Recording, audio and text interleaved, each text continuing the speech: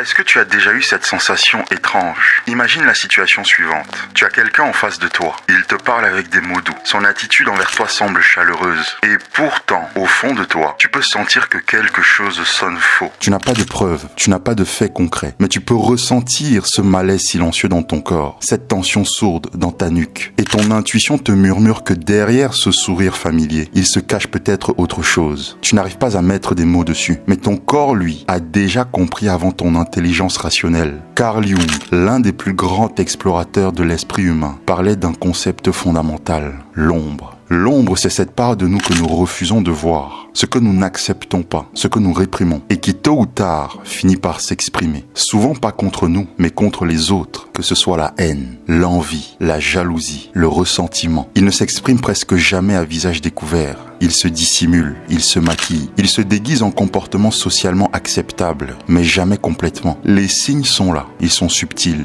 presque invisibles, et pourtant impossible à ignorer une fois que tu sais où regarder. Ce que tu ressens n'est pas une illusion. Quand une émotion est refoulée, elle ne disparaît pas, elle change de forme. Et c'est précisément pour cela que certains sentiments négatifs ne s'expriment jamais frontalement. Ils se fragmentent, ils se déplacent, ils se cachent dans des détails subtils. Dans cette vidéo, tu vas découvrir 8 signes clairs, 8 signes psychologiques qui révèlent qu'une personne proche de toi nourrit secrètement une hostilité silencieuse, même si en apparence, elle fait tout pour la dissimuler. Regarde bien la vidéo jusqu'à la fin. Parce que ces signes ne sont pas explicites, ils ne sont pas spectaculaires, mais ils sont discrets. Et c'est précisément ce qui les rend dangereux. Certains te sembleront familiers, d'autres te mettront mal à l'aise. Et le dernier, crois-moi, est probablement le plus insidieux de tous. Pas parce qu'il est visible, mais parce qu'il se manifeste plus subtilement. Là où le mensonge ne peut plus être dissimulé. Mais avant d'aller plus loin, il faut commencer par le plus répandu de tous. Celui que presque tout le monde minimise et que tu excuses peut-être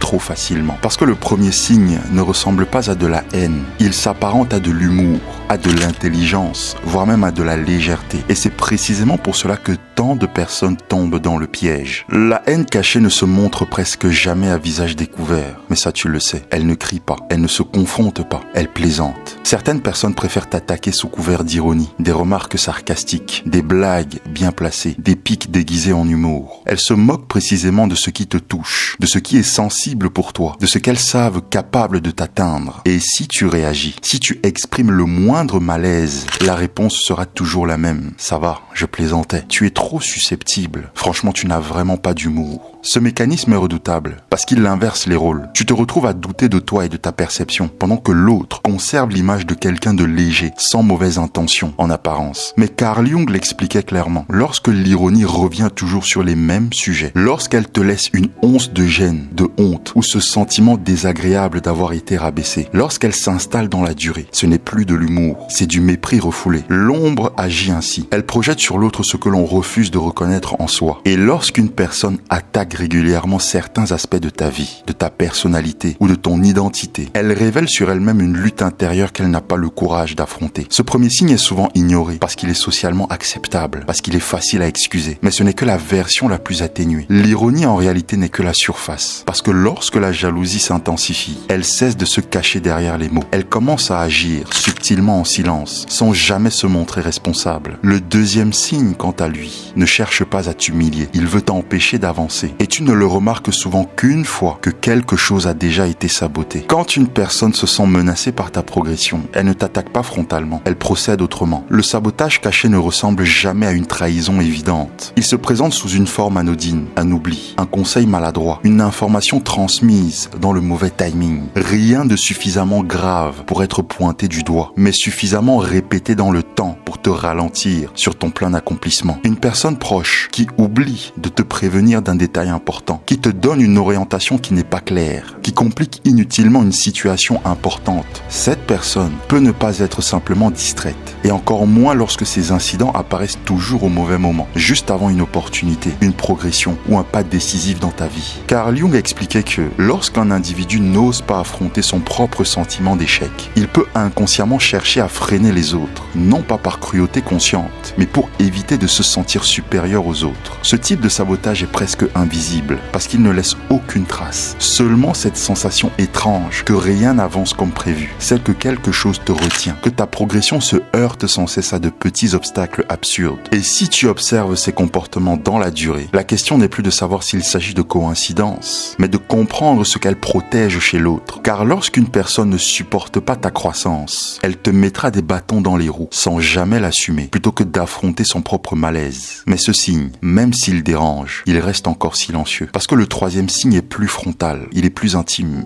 et surtout beaucoup plus fréquent qu'on ne le pense. À partir d'un certain point, la personne ne se contente plus de te mettre les bâtons dans les roues. Elle commence à se comparer à toi. Chaque accomplissement que tu lui partages réveille quelque chose en elle. Un besoin irrépressible de montrer qu'elle vaut plus que toi dans la hiérarchie sociale invisible. Le troisième signe ne sabote plus les actions que tu mets en place. Il attaque ta valeur personnelle. Il se cache derrière une compétition silencieuse. Un jeu que tu n'as jamais accepté de jouer. Certaines personnes ne supportent pas de te voir réussir sans se sentir menacées. À chaque accomplissement qui te rend fier de toi, quelque chose se crispe en elle. Tu partages une bonne nouvelle, elle n'écoute qu'à moitié. Puis elle recentre immédiatement la conversation sur elle. Tu partages une réalisation, elle répond par une réalisation personnelle, souvent similaire, parfois légèrement supérieure. Elle ne te laisse jamais finir, elle minimise ce que tu dis, pour finir par toujours amener la discussion à elle. C'est une compétition non déclarée, mais elle s'installe dans chaque échange dans lequel tu es impliqué. Carl Jung expliquait que lorsque quelqu'un ne parvient pas à développer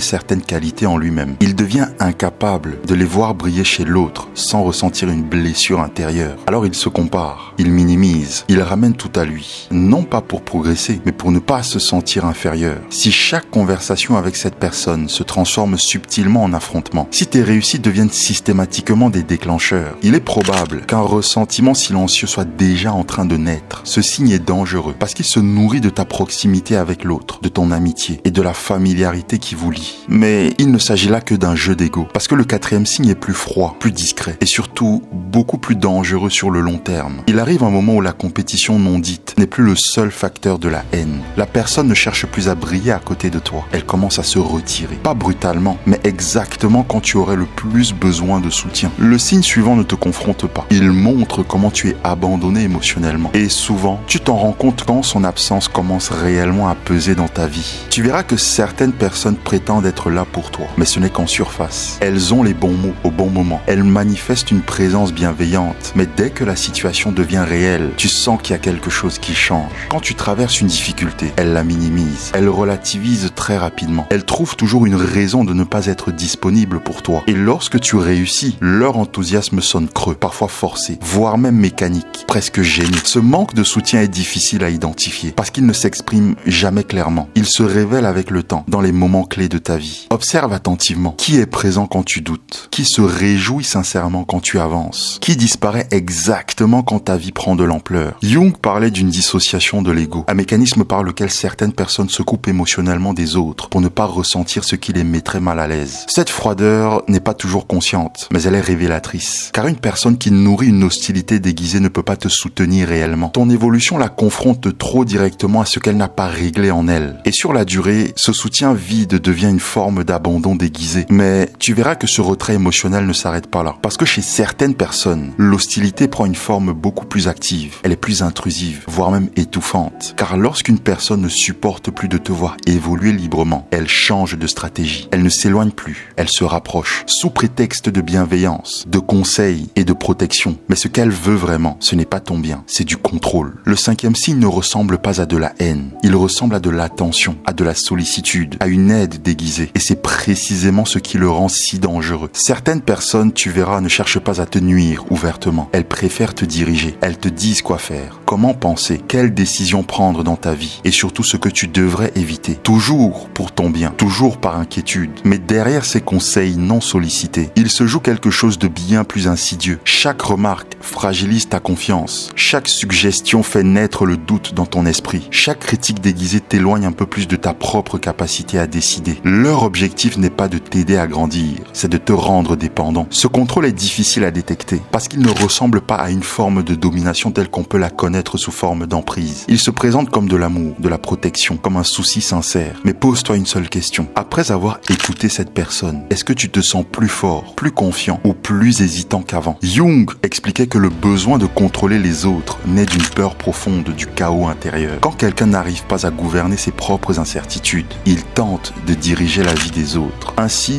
sous couvert de conseils bienveillants, il communique ses croyances limitantes, ses peurs et ses renoncements. Ce signe est insidieux parce qu'il s'installe lentement dans le temps, jusqu'au jour où tu réalises que tu ne t'écoutes presque plus. Mais cette forme de domination n'est encore qu'un palier. La suivante agit dans l'ombre, sans jamais s'adresser directement à toi. Parce que certaines personnes n'ont pas le courage de te faire face. Alors elles parlent de toi dans ton dos, à des connaissances que vous avez en commun. Le 5e signe ne cherche pas à te contrôler, mais il cherche précisément à t'isoler des autres. Il attaque ta réputation, il salit ton image, en compromettant ton appartenance au groupe. Et souvent, tu n'en prends conscience que lorsque le regard des autres sur toi a déjà changé. Les personnes qui nourrissent une hostilité à ton égard ne te l'exprimeront jamais en face. Elles préfèrent une autre stratégie, beaucoup plus lâche, beaucoup plus efficace. Elles parlent de toi quand tu as le dos tourné. Elles déforment tout ce que tu dis. Elles exagèrent tes défauts. Elles sèment le doute, colportent des ragots à ton sujet. Rien de tout cela ne sera jamais fait de façon clairement évidente pour être pointé du doigt, mais assez régulièrement pour faire son effet. Ce mécanisme est particulièrement pervers parce qu'il se produit sans que tu ne le vois, sans que tu puisses y répondre et sans que tu saches d'où partent les fausses informations. Un jour, tu finis par remarquer que certaines personnes sont plus froides, beaucoup plus distantes, moins ouvertes et chaleureuses avec toi. Certains t'évitent, d'autres font semblant de ne plus te connaître quand vous vous croisez par hasard. Rien n'a changé dans ton comportement, mais tu peux sentir que quelque chose a changé dans leur regard. C'est souvent le signe que d'autres racontent des histoires infondées à ton sujet, des histoires que tu n'as jamais choisies. Jung expliquait que le besoin de dénigrer les autres est une tentative inconsciente de projeter ses propres failles sur les personnes qui nous entourent. Quand quelqu'un se sent inférieur, frustré ou menacé, il essaiera de se rassurer en rabaissant les autres. Tu verras qu'ici les rumeurs ne cherchent pas à dire la vérité, elles servent à te diminuer en salissant parfaitement ton image auprès des autres. Et plus elles sont indirectes, plus elles sont difficiles à désamorcer. Mais ce signe, aussi destructeur soit-il pour ta réputation, reste encore minime. Parce que le suivant est plus intime, il est plus révélateur. Et souvent il est impossible à dissimuler très longtemps. Parce qu'à un moment, même les masques les plus solides commencent à se fissurer. Il y a une émotion que l'on peut difficilement feindre. Une réaction que le corps trahit malgré tout. Le 6e signe ne passe pas par les mots, il passe par ce qui manque, la joie. Et lorsqu'elle disparaît, la vérité commence à apparaître. Laisse-moi te dire une chose, une personne qui tient réellement à toi, tu n'auras absolument aucun doute sur ses intentions envers toi. Elle est là quand tu doutes. Elle te soutient quand tu n'es pas bien. Mais surtout, elle se réjouit sincèrement quand tu avances. Parce que ta réussite ne la menace pas, elle l'inspire. À l'inverse, celui ou celle qui nourrit un ressentiment silencieux a du mal à masquer son malaise. Tu partages une victoire, la réaction est froide, détachée, brève. Un simple « Ah, c'est bien ». Puis presque immédiatement, la conversation dévie sur autre chose ou revient directement sur lui. Parfois, tes réussites sont minimisées, relativisées, voire même comparées. Tu entendras des phrases comme « Ce n'est pas fou ce que tu as fait. J'ai fait la même chose il y a longtemps. Tu aurais pu faire mieux ». Ces phrases ne sont pas anodines. Elles trahissent une lutte intérieure. Jung expliquait que l'incapacité à se réjouir du bonheur des autres révèle en nous un conflit non résolu. Parce que la réussite de l'autre agit comme un miroir. Elle nous renvoie brutalement à ce que l'on n'a pas été en mesure d'accomplir. Alors, pour soulager cette tension, l'autre te rabaisse. La personne minimise tes accomplissements ou elle change complètement de sujet rapidement. Si quelqu'un autour de toi semble toujours légèrement agacé par tes progrès, si la personne évite de célébrer avec toi tes victoires ou s'empresse de les relativiser, il est probable que ce que cette personne ressent soit très éloigné de ce qu'elle montre. Et pourtant, aussi révélateur soit-il, ce signe n'est pas le plus dangereux, parce que le dernier ne passe plus par des mots, ni par les attitudes conscientes. Il échappe au contrôle. À un certain point, le langage devient inutile, le corps prend le relais, un regard qui fuit, un sourire trop rigide, un silence tendu. Le 7e signe est le plus insidieux de tous, parce qu'il ne peut plus être dissimulé longtemps, parce qu'il surgit malgré la volonté. Et une fois que tu l'as remarqué, tu ne peux plus l'ignorer. La haine cachée ne s'exprime pas toujours par des mots. Parfois, elle ne s'exprime pas du tout. Elle se trahit autrement, dans un regard qui s'échappe au mauvais moment, dans un sourire figé, dans une micro-expression incontrôlée, dans un silence qui tombe sans raison apparente. Beaucoup de personnes pensent pouvoir masquer leurs émotions, contrôler leur discours ou jouer un rôle. Mais le corps, lui, ne suit plus. Lorsque quelqu'un prétend t'apprécier, tout en nourrissant une hostilité intérieure, son corps finit par parler à sa place. Observe attentivement les mains qui se crispent quand tu partages une bonne nouvelle à ton sujet, le ton de la voix qui change légèrement au moment de recevoir un compliment, le regard qui évite le tien à certains moments précis. Ces détails sont minuscules, mais ils sont cohérents. Carl Jung l'affirmait clairement, le corps et l'inconscient ne mentent jamais. Là où l'esprit conscient peut fabriquer un masque, le corps réagit à l'émotion réelle du moment. C'est pour cela que certaines personnes te mettent mal à l'aise sans raison apparente. Ton esprit cherche une explication, mais ton instinct a déjà compris pourquoi. Si tu ressens cette tension persistante, ce froid subtil ou cette gêne difficile à expliquer, tu dois faire confiance à ce signal. Tu as peut-être perçu quelque chose que ton mental n'ose pas encore formuler. Les mots peuvent tromper, les attitudes peuvent être jouées, mais les micro-expressions, les silences, les gestes involontaires révèlent toujours la vérité. Et une fois que tu reconnais ces signes, il devient difficile de les ignorer. Pas pour te méfier de tout le monde, pas pour devenir paranoïaque, mais pour observer avec lucidité. Parce que comprendre ce qui se joue dans tes relations te redonne un pouvoir fondamental, celui de ne plus confondre apparence et intention. Maintenant tu sais reconnaître les regards qui se ferment, les sourires forcés, les silences lourds, les gestes qui trahissent ce que les mots dissimulent. Mais reconnaître tout cela, ce n'est que la première étape. Parce que ce que Jung décrit ici, la haine refoulée, l'ombre projetée et l'hostilité silencieuse n'existent jamais seules. Elle s'inscrit toujours dans un environnement, dans un climat, dans une dynamique relationnelle beaucoup plus large. Et c'est là que beaucoup se trompent. Ils pensent que le problème c'est une personne précise, un comportement isolé ou un signe à éviter. Mais la vraie question se pose ailleurs. Pourquoi est-ce que tu restes entouré de personnes qui te montrent clairement qu'elles te rejettent avant même d'ouvrir la bouche? Pourquoi est-ce que ton énergie se vide, même sans réel conflit, sans cri, ni rupture? Pourquoi est-ce que quand ton instinct te parle, il y a toujours quelque chose en toi qui continue à ignorer les signes? Parce que ce que tu viens de découvrir dans cette vidéo, ce n'est que la surface du problème. Derrière chacun de ces signes de haine cachée, il y a souvent quelque chose de beaucoup plus profond, une histoire plus ancienne, un conditionnement invisible qui t'a appris à normaliser ce qui te détruit. Et c'est exactement ici que le travail de Gabor Maté devient indispensable. Dans la vidéo qui va s'afficher à l'écran, tu vas découvrir pourquoi certains entourages ne te font rien de visible, ne crient pas, ne te confrontent jamais franchement, mais te vident lentement dans le temps. Ils te font douter de toi, ils te coupent de ton corps, de ton instinct et de ta vérité. Tu vas comprendre que la toxicité réelle ne ressemble pas à de la violence, mais à de la normalité répétée. Et surtout, tu vas comprendre une chose essentielle. Le danger n'est pas seulement de reconnaître la haine cachée. Le vrai danger, c'est de continuer à vivre entouré de cette atmosphère au quotidien. Clique sur cette vidéo maintenant, avant de refaire l'erreur que font tous ceux qui finissent par ouvrir les yeux, mais n'osent pas du tout changer d'environnement.